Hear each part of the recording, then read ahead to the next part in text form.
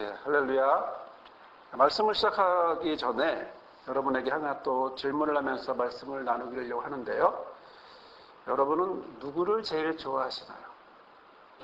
내가 제일 좋아하는 사람은 누굴까요? 이런 질문을 한번 해보신 적 있으신가요? 나는 누구를 제일 좋아할까요? 내가 제일 좋아하는 사람. 내가 제일 좋아하는 사람은 누굴까요? 모르겠어요? 아, 지금은 없어요. 아, 옛날에는 있었는데, 그럴까요? 정말 나는 누군가를 좋아하는지 잘 모를까요? 아니면 없을까요? 자, 여기 한번 영상을 한번 보고 내가 누구를 제일 좋아하는지 한번 보도록 하겠습니다.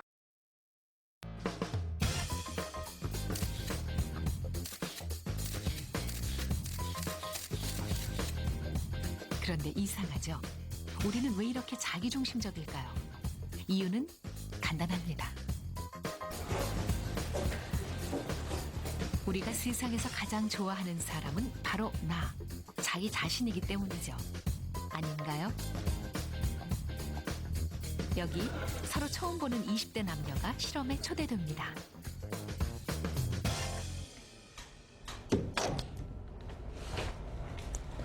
방에 들어선 혜린 씨.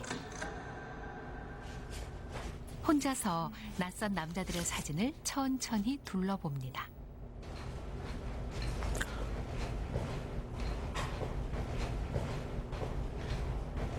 가장 호감이 가는 남자를 고르라고 했는데요.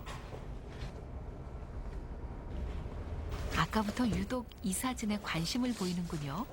아주 오랫동안 들여다봅니다.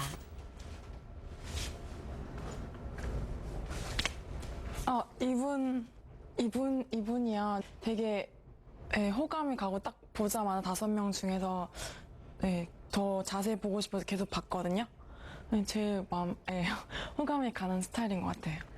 이렇게 눈 밑에 이거 애교살이라고 하나? 그게 제가 이게 좀 있는데 이분도 있으시고.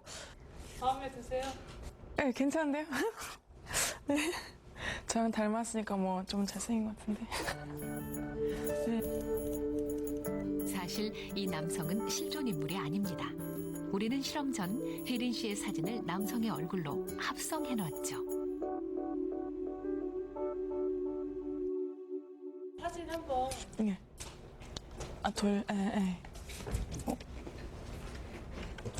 오! 우와! 와, 신기하다. 헉, 와.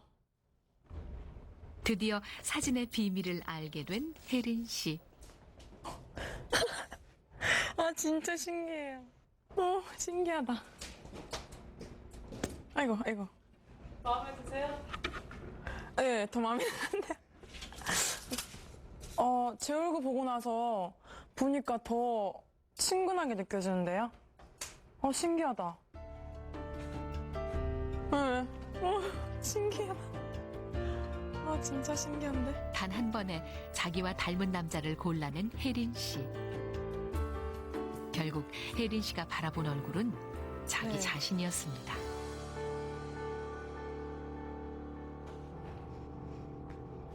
이번엔 남성이군요. 방 안엔 여성들의 사진이 걸려 있습니다. 과연 상영 씨도 자신을 닮은 이성을 고르게 될까요? 이 사진이 호감이 좀 가거든요. 바로 이 사진입니다. 그럼 확인해 볼까요?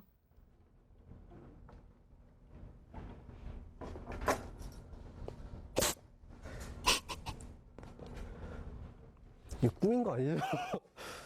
당황스러운데? 역시 상영 씨도 자신의 얼굴을 골랐군요. 닮았나? 네, 정말 많이 닮았습니다. 되게 좀 신기한데요? 맞습니다. 상영 씨 얼굴을 여성의 모습으로 합성한 것이니까요. 이 사진이요? 네, 이쪽. 이거. 이 사람이요. 뭐야, 이거? 맞죠? 저랑 합성한 거 맞죠? 괜찮아. 괜찮네. 이 정도 괜찮지 않아요?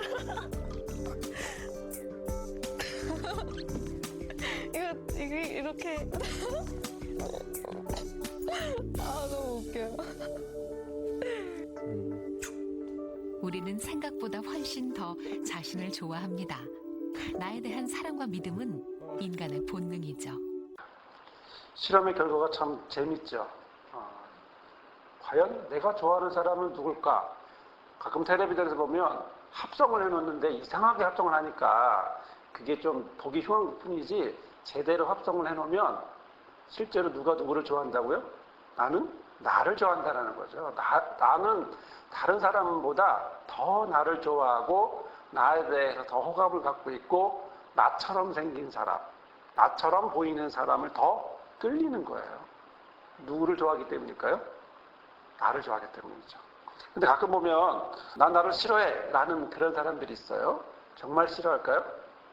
정말 싫어하는 게 아니라 좀 다른 생각을 갖고 있는 건데요. 뭐냐면 내가 나를 싫어하는 것이 아니라 자신을 좋아하지만 싫어하는 상황, 이런 부분들이 마음에 들지 않기 때문에 그게 싫다는 거지, 그걸 느끼는 내가 싫은 게 아니에요. 즉 내가 나를 좋아하지만 좋아하는 그게 마음에 들지 않아서 싫은 거예요. 나는 좋지만 그 상황, 그 조건들, 그런 관계들이 싫은 것뿐이라는 거죠.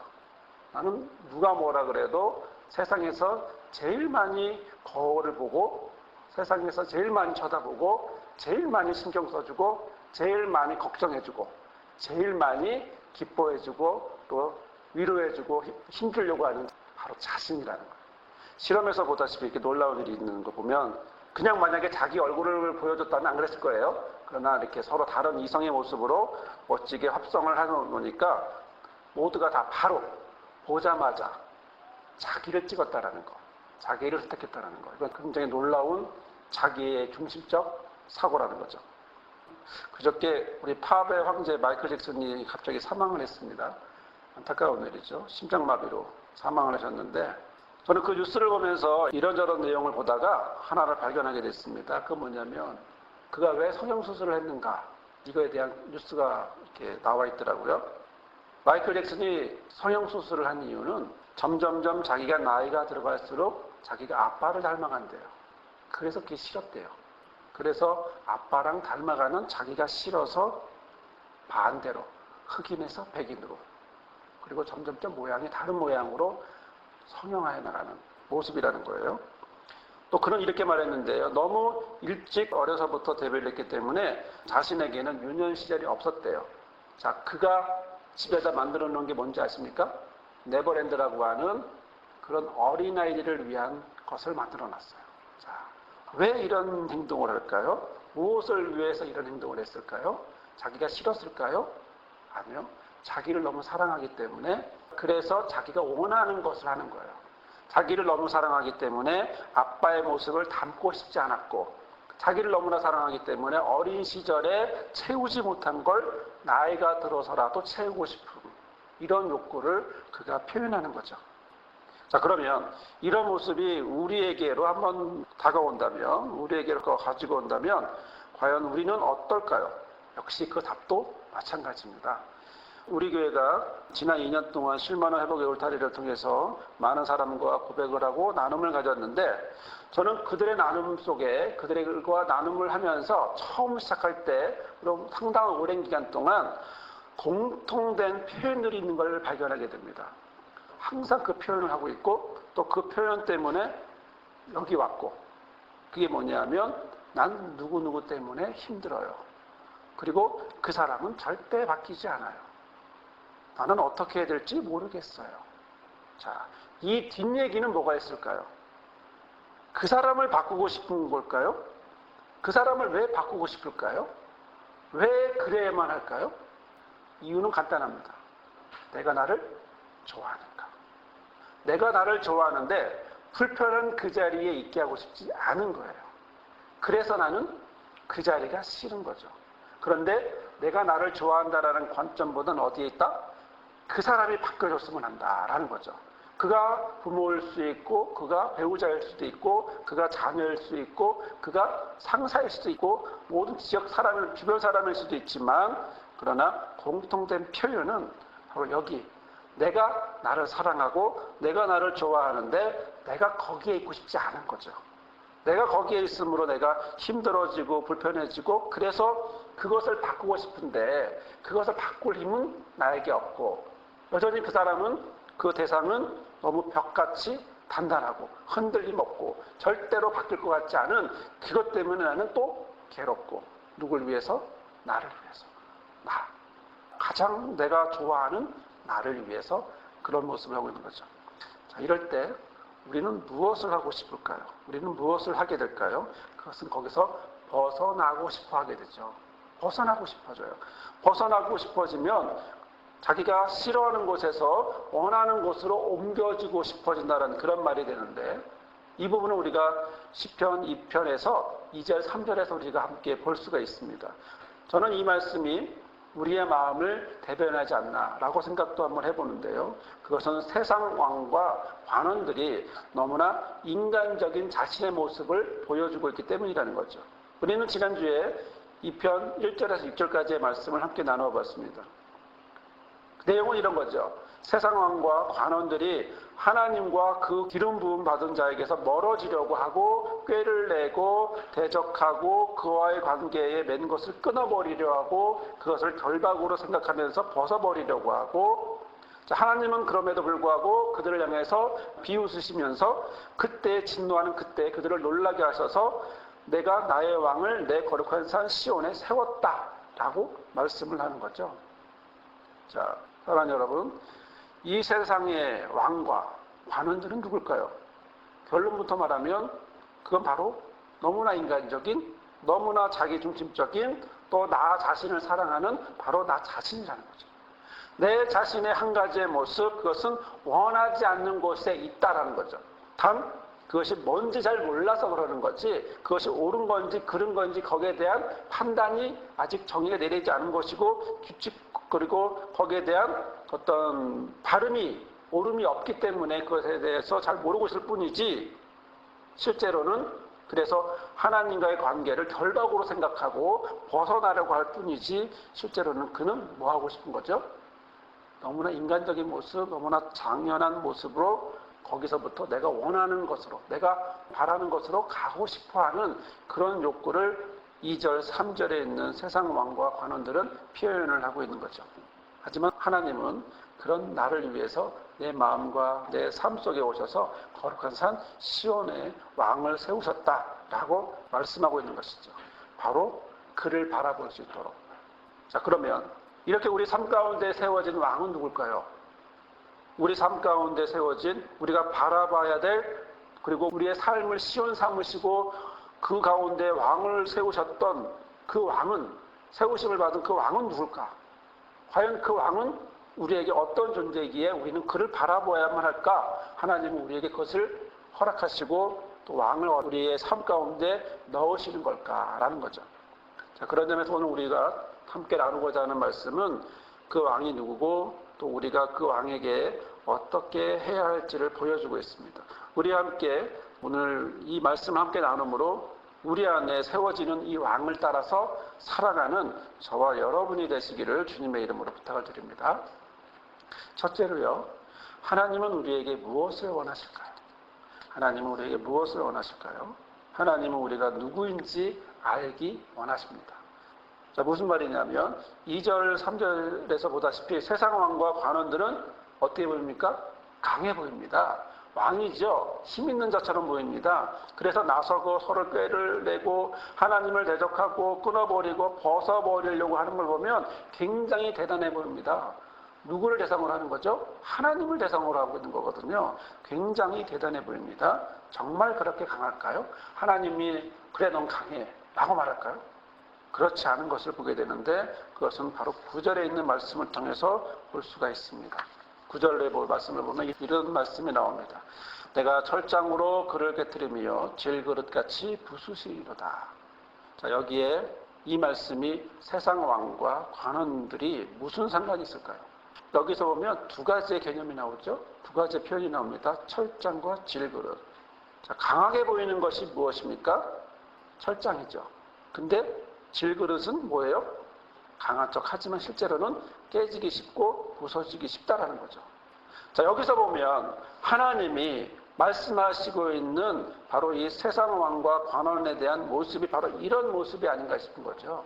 질그릇같이 부서지기 쉬운 그런 모습이라는 것입니다. 사랑하는 여러분, 사실 이 모습이 저와 여러분의 모습이 아닐까 그런 생각을 해봅니다.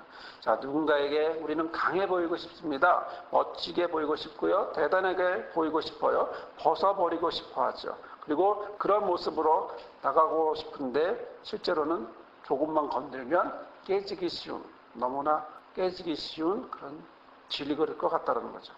자, 이것은 우리의 약함을 얘기합니다. 우리의 약함에 우리는 힘들어하고 또 그래서 우리는 그 약함 때문에 벗어나고 싶은데 그 벗어나고 싶은 그런 모습이 누구와 연결됩니까? 질그릇이 세상 왕과 관원들과 연결되는 것을 보게 되죠. 둘째로요. 그러면 이 질그릇을 깨트리고 부수는 철장을 든 사람은 누굴까라는 것입니다. 누굽니까? 왕입니다. 그 왕이 7절, 8절에 말씀하는 것은 내가 여호와의 명령을 전하노라. 여호와께서 내게 이르시되 너는 내 아들이라. 오늘 내가 너를 낳았도다. 내게 구하라. 내가 이방 나라를 내 유업으로 주리니 내 소유가 땅끝까지 이르리로다 라고 말씀합니다. 사실 이 시편 2편의 말씀은요, 제왕시라 그래서요, 왕에 대한 시입니다. 왕을 세울 때 하는 그런 시예요. 자, 그런데 이 시의 배경은 더 나아가면 어디로 나가냐면 나단 선지자가 하나님의 마음에 합한 자 다윗을 통해서 그 왕조가 영원히 이어질 거라고 하는 그 예언을 하게 하는 그런 말씀 안에서 연결시켜서 볼 수 있는데요. 한마디로 왕을 세우는 그런 시편 2편의 말씀, 특히 오늘 주시는 말씀 7절, 8절 이하의 이런 모든 말씀은 왕에 대한 이런 말씀인데 하나님이 세우는 왕은 누구냐? 하나님이 세운 왕은 어떤 모습으로 살아가야 되느냐를 말씀하고 있는 것입니다. 여기에 하나님이 이것을 말씀하십니다. 첫째는요. 바로 너야말로 내 아들이고 바로 나는 너를 선택한 분이다 라는 걸 얘기하고 있는 것이죠. 바로 그 아들과 같은 왕 그리고 그런 통치권을 하나님은 그 아들에게 뭐 했다고요? 위임했다라는 사실을 보여주고 있습니다. 그리고 그것을 모든 것을 넘기고 또 하나님은 그것을 통치하도록 맡기는 그런 모습을 하고 있죠. 그런데 하나님은 뒤로 물러날까요? 아니요. 여기서 다른 고대 신정 정치와 다른 것을 보게 돼요. 무슨 얘기냐면 둘째로 보면 하나님은 그 왕에게 무엇을 요구합니까? 내게 구하라. 뭘요? 어떻게 통치할 것인가를 구하라는 거예요. 위임을 받았어요. 통치권을 받았어요. 그래서 마음대로 휘두르라는 얘기가 아니라 그 통치는 누가 하는 거라고요? 하나님이 하는 것이다 라고 하는 거죠. 옛날 고대 신정 정치는요. 왕은 신의 아들이에요. 그래서 마음대로 했어요. 모든 권한을 다 받아서 마음대로 했어요. 겉으로는 신이 있다 하지만 결국에는 실제로는 신에 있는 모습이 없는 것처럼 그렇게 자기 마음대로 권력을 행사했어요. 하지만 이스라엘은 하나님의 나라인 이스라엘은 신정 정치임에도 불구하고 권한을 모두 왕에게 넘겨준 것이 아니라 그 권한에 대해서 누구에게? 신에게, 하나님에게 물으라라고 말씀하고 있는 거죠. 자, 온전한 다스림은 위임받은 왕이 마음대로 하는 것이 아니라 하나님의 뜻을 따라 묻고 그리고 행하는 것이라는 것이 이스라엘의 신정 정치의 개념이라는 거예요. 그렇기 위해서 무엇을 해야 될까요? 물어야죠. 기도해야죠. 왕이 할 일은 하나님 어떻게 할까요? 하나님의 뜻은 무엇입니까? 하나님은 어떻게 하길 원하십니까? 이것이 하나님의 영광을 드러내는 것이라면 어떻게 해야 합니까? 라고 지혜를 묻고 뜻을 묻고 아버지의 하나님의 계획을 알려달라고 기도해야 된다는 거죠. 자, 그런 왕은 세 번째로 이방 나라를 열방을 유업으로 소유를 땅끝까지 하시겠다라고 말씀하고 있습니다. 이 말씀이 이루어졌나요? 아니라는 거죠. 아직 그 말씀은 이루어지지 않았어요. 역사적으로 보면요, 다윗 왕조가 세워지고 다음 왕인 솔로몬을 기점으로 이스라엘은 둘로 나눠지면서 쇠퇴하기 시작합니다. 그리고 BC 586년에 바벨론의 침공이 있은 뒤로부터 끊어지게 되죠. 왕조가 끊어졌습니다. 그러면 오늘 우리에게 주시는 말씀, 나단 선지자뿐만 아니라 오늘 우리에게 주시는 말씀, 세상 끝까지, 땅 끝까지 그것을 소유하고 다스릴 거라고 했는데 정말 그렇게 됐나요? 아니라는 거죠. 그럼 약속의 말씀이 어긋났나요? 그것이 아니라 이 말씀이 다만 다윗 왕조, 다윗 왕가에만 국한된 모습이 아니라 다윗 왕가로부터 출현되는 누구? 메시아, 그리스도 예수에게까지도 넘어가는 것을 볼 수가 있어요. 놀라운 이야기입니다. 궁극적으로 하나님은 시편 2편의 말씀을 통해서 하시고자 원하는 말씀은 메시아의 말씀이고, 메시아를 통해서 궁극적인 영원한 왕이 어떻게 해요? 바로 이 8절에 있는 말씀처럼 내가 이방 나라를 내게 유업으로 주리니 내가 내 소유가 땅끝까지 이룰 것이다 라고 하는 다스림이 끝까지 펼쳐질 것이다 라고 하는 사실을 예언하고 있습니다. 정말 그럴까요? 정말 이런 모습일까요? 정말 이런 모습으로 이어질까요? 바로 9절에 있는 말씀이 내가 철장으로 그들을 깨뜨리며 질그릇같이 부스리로다 하셨던 이 말씀이 놀랍게도 요한계시록에 이어지고 있어요.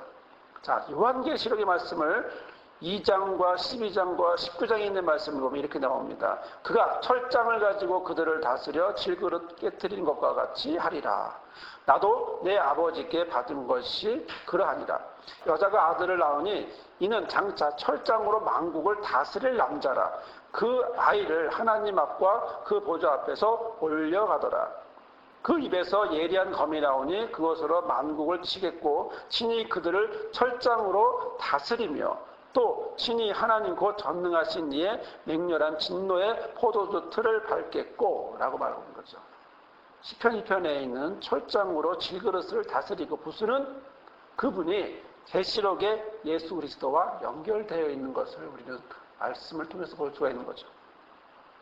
자, 셋째로는요, 하나님은 이 세상에서 세상의 왕과 관원들을 그러면 부서뜨리려고 하실까라는 거죠.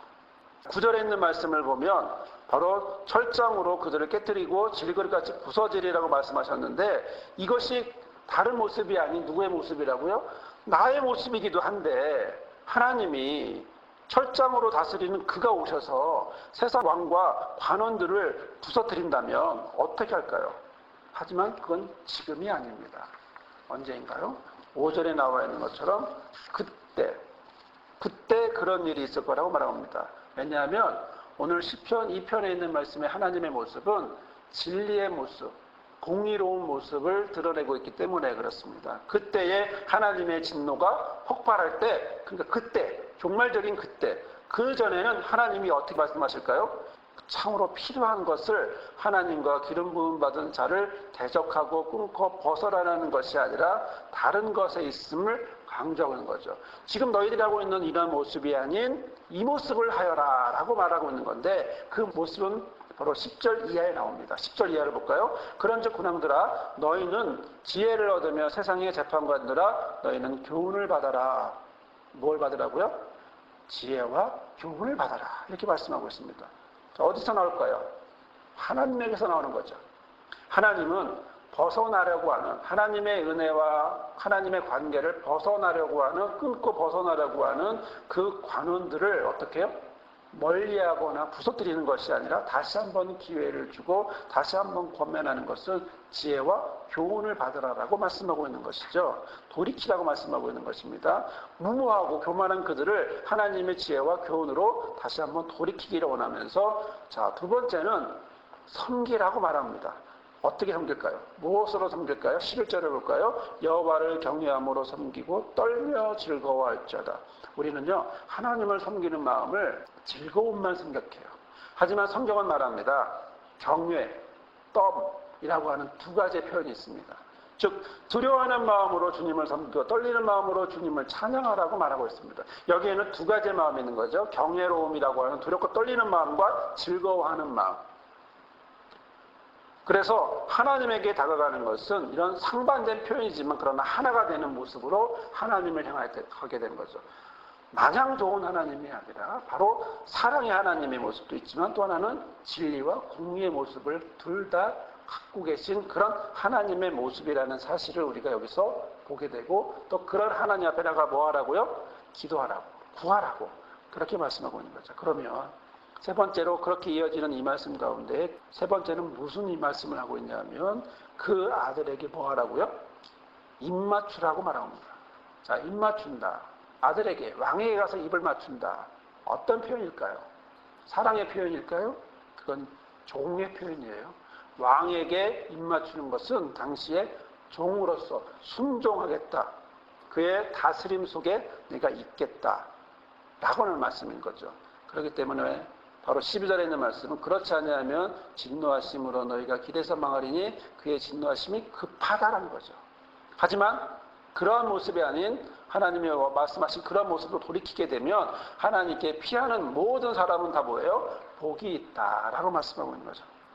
사랑하는 여러분, 오늘 우리에게 주시는 말씀에서 특히 그 아들에게 입을 맞추라, 왕에게 입을 맞추라고 하는 이 말씀을 통해서 우리가 더욱 핵심을 보려고 합니다. 그건 바로 이 왕이 누구냐라는 거죠. 이 왕이 누굴까요? 이 왕은 과연 어떤 분일까요? 왜 그에게 입을 맞추라고 할까요? 그 맞추는 입은 과연 무슨 의미일까요? 자, 이것은요, 결국 내가 어디 있느냐, 어떤 모습으로 있느냐, 라는 사실을 보여주고 있는 것입니다. 그러니까 말씀의 초반에 이렇게 말씀을 시작했습니다. 내가 가장 사랑하는 자는 누구라고요? 나죠. 내가 나를 가장 사랑해요. 내가 나를 가장 사랑하기 때문에 이런 상황들이 속상한 거예요. 이런 상황들이 싫은 거예요.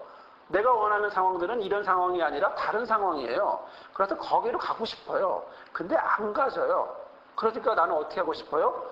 풀어버리고 싶고 결박에서 벗어나고 싶고 그리고 거기서 나를 자유로운 곳으로 내가 기뻐할 만한 곳으로 가고 싶어요. 그런 모습은 다 누구를 사랑하기 때문이라고요? 내가 나를 사랑하기 때문이죠.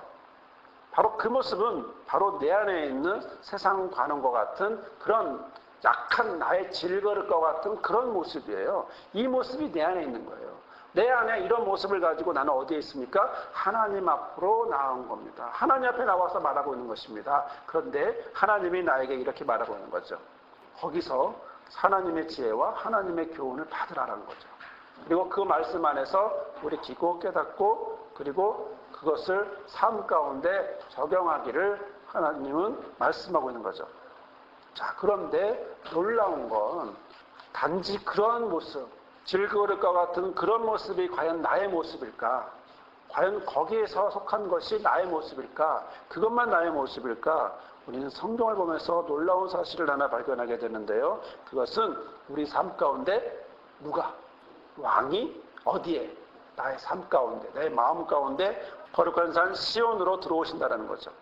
내 안에 들어오시는 왕, 내 안에 들어오신 그 왕을 바라보게 하신다는 것입니다. 놀라운 건 바로 여기입니다. 그가 누구냐는 거죠. 그가 누굽니까? 바로 예수죠. 그런데 더 나아가 그 예수께서는 우리에게 무엇일까요? 첫 번째는 그는 왕이라는 겁니다. 그래서 그 왕은 우리를 다스리는 거죠. 그 소위는 땅끝까지 이르릅니다. 그 땅끝까지 이르르는 모든 것을 우리는 보고 경험하고 그리고 우리는 다른 곳이 아닌 어디 그 왕 안에 다스림 속에 그리고 영원한 왕으로 오신 그 다스림 속으로 하나님은 우리가 그 안에 들어가기를 원하시고 있는 거죠. 두 번째는요. 바로 그 안에서 우리와 함께하고 우리의 바라봄이 되어주시고 그 다스림이 되어주시고 우리를 이끌어가시는 그 분이 나와 별개가 아니라는 사실을 우리는 성경에서 발견하게 됩니다. 무슨 얘기냐면 골로새서에 이런 말씀이 있습니다. 그는 보이지 아니하는 하나님의 형상이요 모든 피조물보다 먼저 나십니다. 자, 누구라고요? 예수는 하나님의 형상이라는 거죠. 자, 우리는 무엇으로 만들어졌습니까? 하나님의 형상으로 만들어졌죠. 그렇다면 예수께서 내 안에 들어오는 것은 누구에게로 들어오는 겁니까? 하나님의 형상을 가진 자에게로 들어오는 거죠. 내가 그동안 질거릇 같고 몰랐고 또 깨닫지 못했던 것뿐이지 내 안에 들어오는 바로 그분은 내 안에 누구라고요? 하나님의 형상으로 들어오고 있다는 사실을 보여주고 있는 것이죠. 근데 그가 땅끝까지 소유한다라고 되어 있습니다. 소유가 땅까지 이른다. 이것은 땅까지 다스린다라는 표현이거든요. 그런데 이 땅까지 다스리는 것이 사도행전 1장 8절에 보면 오직 성령이 너에게 임하시면 너희가 권능을 받고 예루살렘과 온 유대와 사마리아와 어디까지? 땅끝까지라고 표현이 되어 있습니다. 또 복음으로 땅끝까지 간다라고 하는 표현이 되어 있다는 거죠. 자, 무엇을 얘기하는 걸까요? 나는 나를 사랑합니다. 나는 나를 사랑합니다. 어느 무엇보다도 나를 사랑합니다. 그리고 나를 너무 소중히 여깁니다. 소중히 여기기 때문에 힘들어하고 괴로워하고 어려워합니다. 하지만 그런 모습에서 끝나는 것이 아니라 또 다른 정말 원형, 정말 하나님이 허락하신 모습, 질그릇에서 멈추는 것이 아니라 하나님의 지혜와 교훈을 받아들인 바로 그 하나님의 원형, 하나님의 형상, 그 왕이 내 삶의 오므로 나는 또 다른 내가 바라보고 가야 될 또 다른 나. 그래서 나는 누구를 사랑할 수 있습니까? 예수 그리스도를 사랑할 수 있고 바라볼 수 있는 거죠. 사랑하는 여러분, 예수님은 누굽니까? 예수님은 왕입니다. 예수님은 누구십니까? 예수님은 다스리는 분입니다. 예수님은 누구입니까? 예수님은 또 다른 나입니다.